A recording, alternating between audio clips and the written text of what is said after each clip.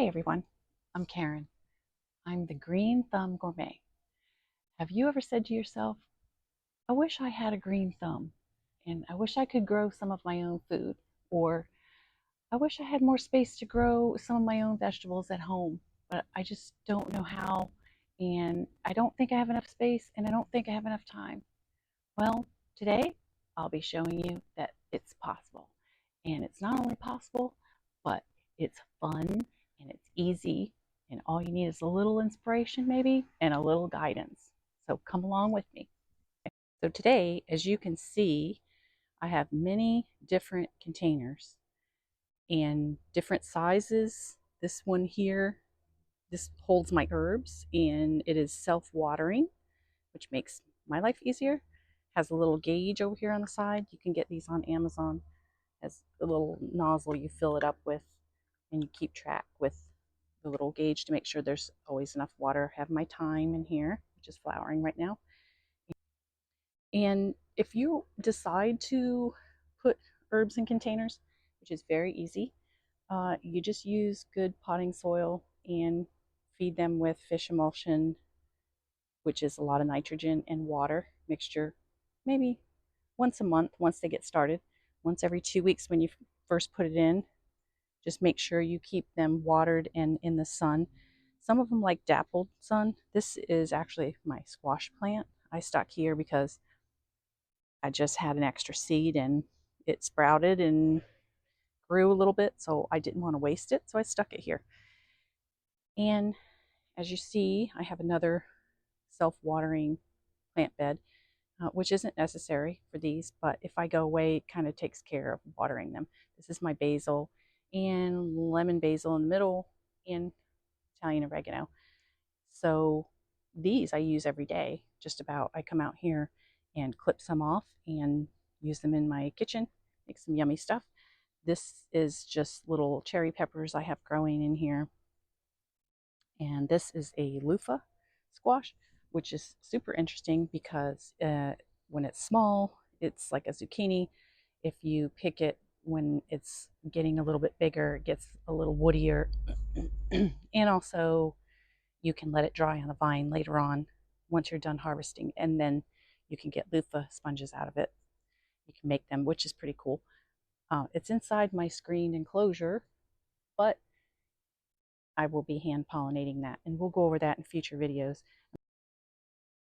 And over here, I have my moringa tree, which I started from seed.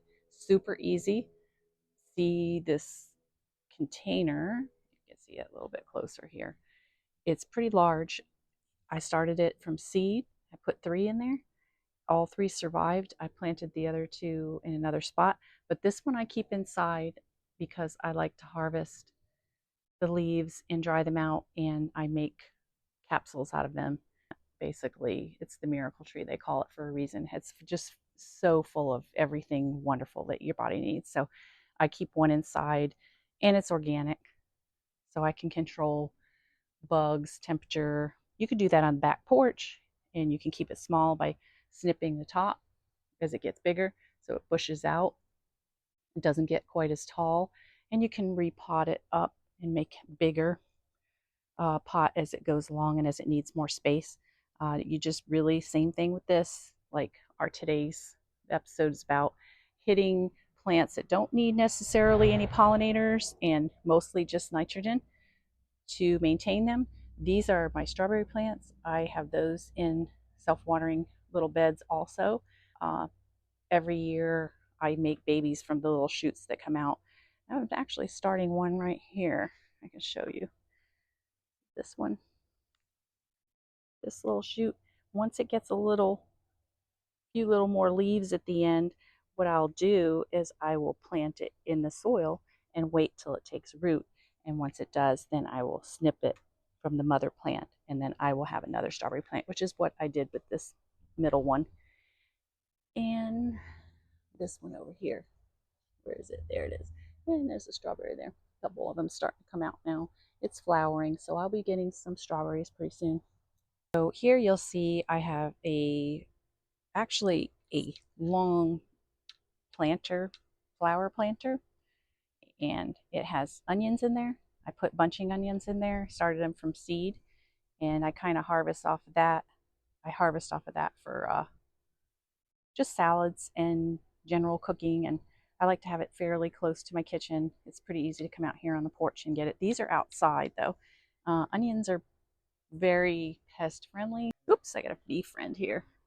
And I have my greenhouse here that my wonderful husband built for me, which really isn't a necessity for you to have a great garden, but I kind of like this particular area because it does get sunlight, gets a little rain. It is screened in. It has a plastic top. This allows me to regulate the water because we do get pretty bad storms and a lot of rainy, 2 months of rainy season that kind of really kills my plants sometimes. So this way I can control whatever I have in here as far as water goes so they don't get waterlogged during that season. This is where I have my kale, which I planted from seed back in the fall. And if you're really, really wanting to start off um, your own garden and growing your own food, a great, great place to start is growing kale. Kale is very, very user friendly. Uh, don't have to be a botanist. It's super, super easy. No great care for that either. You just plant seeds, make sure they're well watered, and once they pop up, you plant them out either in a bigger pot or in your garden, or like I did here in my little greenhouse area. And they like sun, they make it through winter, they can handle freezes. It's wonderful. You just have to find the right variety for your area. This is the curly, green curly kind. I also have my lacinato kale here in the back. They call it dinosaur kale as well because the skin looks kind of like Jurassic Park got little dinosaur skin, which my mother kind of freaks my mom out. She prefers the regular kale, but it's a really sweet, interesting kale, and it also keeps well in the summertime. It handles the heat really well. And here I have my pickling cucumbers, snacking cucumbers. That little guy right here has, you see there, it's a little baby cucumber, and the flower hasn't quite popped out of it yet. Here's a better version of it. You can see that's a female. The female flower always has the little fruit at the end, little miniature one. The male flowers look like that. They have no fruit on them. So beef style tomato. So it's a good size. Once it gets bigger and grows and you pick it, it's a pretty good. It's like 3 or 4 inches in diameter. Starting off small, but I have my little tatsoi, which is a great thing to plant for the summer because it does handle the heat. Lettuce does not. I just picked all the rest of my lettuce, my romaine, and my butter crunch. I have stuck a couple pepper plants in here too. Um, in the summertime, basically the greens are a different type than what you would grow in the wintertime and the fall. And we'll be going over that too. But the spring, this is spring right now. We're going to lead into summer. So you probably want to plant things that are better for warm weather, especially down here in the south, because a lot of the plants can't handle the extreme heat that we have here. And as we're talking about, and I'm showing you the different varieties of plants, these are fruit trees. That's actually an apple tree. They do grow in Florida, but they have to be a certain kind. Dorset and Anna varieties grow here. You have to have one of each, though, to help pollinate each other. There's the other one over there. All right. They're just coming out of dormancy, so they look a little bare right now, but they'll be getting their leaves in here shortly, a little bit fuller. And there's my Everglades tomatoes. Those are a great, great thing to start with if uh, you live in the southern states, especially in Florida. They can handle the heat wonderfully. And they're self-seeding, so once you plant it, it's hard to get it going. The seeds take about 2 or 3 weeks to germinate. You have to keep them well watered, a lot of sun. But once they take hold, you'll always have them and some of the little ones drop and they just constantly reseed themselves. So it's pretty awesome. You can find those on Etsy actually. The seeds. There's a lot of family sellers that sell those seeds on there. And again, you see, I don't have containers for these, but these are cabbage. This is red cabbage that I've had since late fall planted. I had extras, so I just stuck them in here in my flower bed. I've harvested the ones that were up here, but these are not quite ready. They're getting heads on them now, so they'll be ready not too long. And I actually had all the way down here. I just pulled them out, but I had Brussels sprouts growing all the way down this plant bed. So as you see, you don't need necessarily a dedicated large space to garden. You just have to have some space in order for them to thrive and grow. Just any container, any little plant bed, any plant in the ground, flower beds.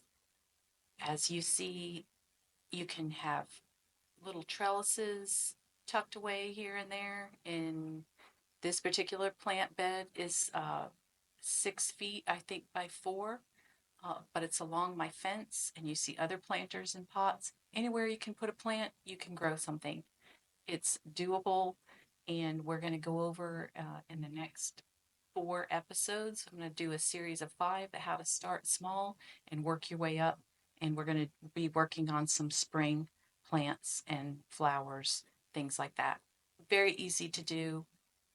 I hope you join me next time. If you've enjoyed this video, please hit the like and subscribe.